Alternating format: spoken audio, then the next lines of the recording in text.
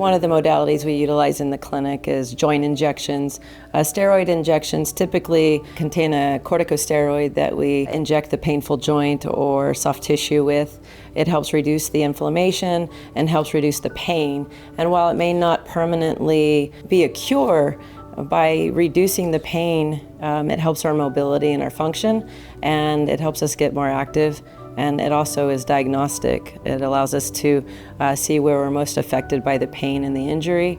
And so steroids are something that are very helpful. And once we can reduce the pain, sometimes we'll alter our biomechanics and our kinetic chain and help avoid compensating so we don't aggravate that injury further. Another injection we employ in the clinic is platelet-rich plasma.